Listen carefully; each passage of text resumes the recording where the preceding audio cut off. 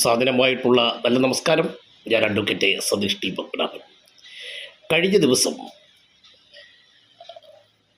തൃച്ചെന്തൂർ ക്ഷേത്രം സന്ദർശിക്കാനിടയായി. ആ ക്ഷേത്രത്തിൻ്റെ സന്ദർശന വേളയിൽ എന്നെ ലക്നൗവിൽ നിന്നുള്ള ഒരു എൻജിനീയർ പരിചയപ്പെട്ടു.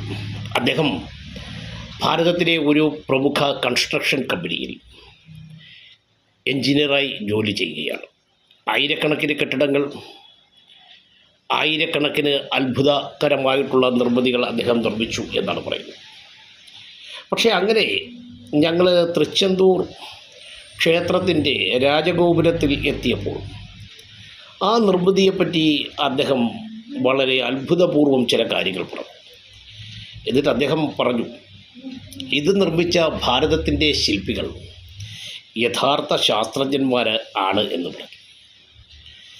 അദ്ദേഹത്തിൻ്റെ അഭിപ്രായം വളരെ ശരി തന്നെയാണ്. അതിൽ യാതൊരു അത്ഭുതവുമില്ല.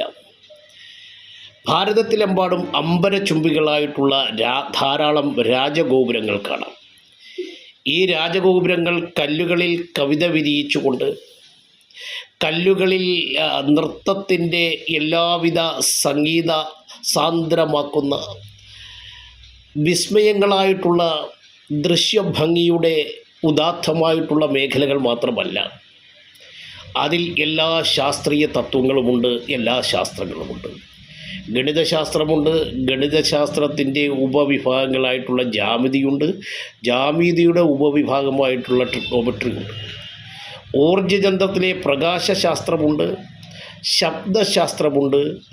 അതുപോലെ തന്നെ ഭൂഗുരുത്വാകർഷണവുമായി ബന്ധപ്പെട്ട ഐസക് ന്യൂട്ടൻ്റെയും തുടങ്ങിയ പലരുടെയും ശാസ്ത്രീയ കണ്ടെത്തലുകളുടെ അവാഗാഢമായിട്ടുള്ള വലിയ ശാസ്ത്രീയ സത്യങ്ങൾ അതിലുണ്ട്. ഓപ്പറേഷൻ റിസർച്ചുണ്ട്. പിന്നെ ഭാരതത്തിൻ്റെ തനത് ശാസ്ത്രങ്ങളായ തച്ചു, വാസ്തു, ശില്പശാസ്ത്രങ്ങളെല്ലാം അടങ്ങിയിട്ടുണ്ട്. എങ്ങനെയാണ് പുരാതന കാലഘട്ടത്തിൽ ഏതാണ്ട് 10,000 വർഷങ്ങൾക്ക് മുമ്പ് മുതലുള്ള കാലഘട്ടത്തിൽ ഭാരതത്തിലെ വിശ്വകർമ്മജർ ഇത് നിർമ്മിച്ചത് എന്ന് ഇന്നും കണ്ടെത്താൻ കഴിയാത്തതാണ്. ഈ രാജഗോപുരങ്ങളിൽ നിങ്ങൾക്ക് 30 കോടി ദൈവങ്ങളെ കാണാം. ഭൂമിയിലെ സകല ചരാചരങ്ങളെയും, പക്ഷിമൃഗാദികളെ കാണാം. അതുപോലെ തന്നെ പ്രകൃതിയിലുണ്ടായിരിക്കുന്ന വ്യത്യസ്തങ്ങളായിട്ടുള്ള ജീവജാലങ്ങളെ കാണാം, മരങ്ങളെ കാണാം. ഒരു കല്ലിന്മേൽ മറ്റൊരു കല്ല് മാത്രം അടുക്കി വെച്ചല്ലിത്. തമിഴ്നാടിൻ്റെ മുദ്ര തന്നെ ശ്രീ വെല്ലുവത്തൂർ രാജഗോപുരമാണ്.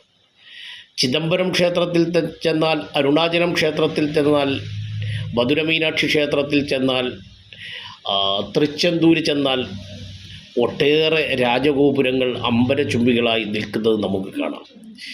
ഇതിലൊക്കെ ഭൂഗുരുത്വാകർഷണവുമായി ബന്ധപ്പെട്ട് എങ്ങനെ ഇങ്ങനെയുള്ള രാജഗോപുരങ്ങൾ പണിതുയർത്തി പ്രകൃതിയുടെ എല്ലാവിധ ക്ഷോഭങ്ങൾക്കും ഉപരിയായി ഇന്നും ഒളിമങ്ങാതെ നിൽക്കുന്നു എന്നുള്ളതാണ് അതിലെ അത്ഭുതം.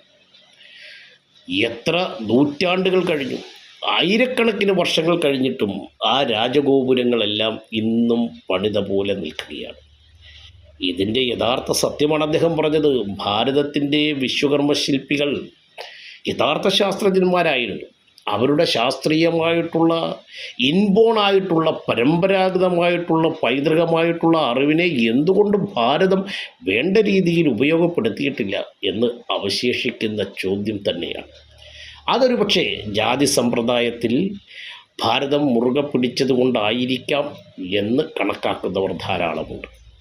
എന്തായാലും ഒരു കാര്യം, ഭാരതത്തിലെ വിശ്വകർമ്മജനർ അവർ സ്വയം സമർപ്പിതമായ ജീവിതം നയിച്ച് അവരുടെ നിർമ്മിതികളാണ് ആക്ഷഭാരത സംസ്കാരത്തിൻ്റെ മകുടോര ഉദാഹരണങ്ങളായി ഇന്ന് ഭാരതത്തിലെമ്പാടും നിലനിൽക്കുന്നത്. സത്യത്തിൽ അതൊക്കെ ഇല്ലായിരുന്നെങ്കിൽ എന്തായിരുന്നു? ഓരോ രാജഗോപുരങ്ങളും ഇതിനെപ്പറ്റി പഠിക്കുന്ന വിദ്യാർത്ഥികൾക്ക്, അല്ലെങ്കിൽ കൂടുതൽ ശാസ്ത്ര സാങ്കേതിക മേഖലകളെപ്പറ്റി, നിർമ്മിത മേഖലകളെപ്പറ്റി പഠിക്കാൻ കഴിയുന്നവർക്ക് ഒരു സർവകലാശാല തന്നെയാണ്. നിങ്ങൾക്ക് ഈ വീഡിയോ ഇഷ്ടമായെങ്കിൽ ഈ ചാനൽ സബ്സ്ക്രൈബ് ചെയ്യണം, ലൈക്ക് ചെയ്യണം, ഷെയർ ചെയ്യണം, കമൻറ്റ് ചെയ്യണം. ഒരിക്കൽ കൂടി ഇത്തരത്തിലുള്ള ഒരറിവുമായി കടന്നു വരാം. Advocate Satish T Padmanabhan.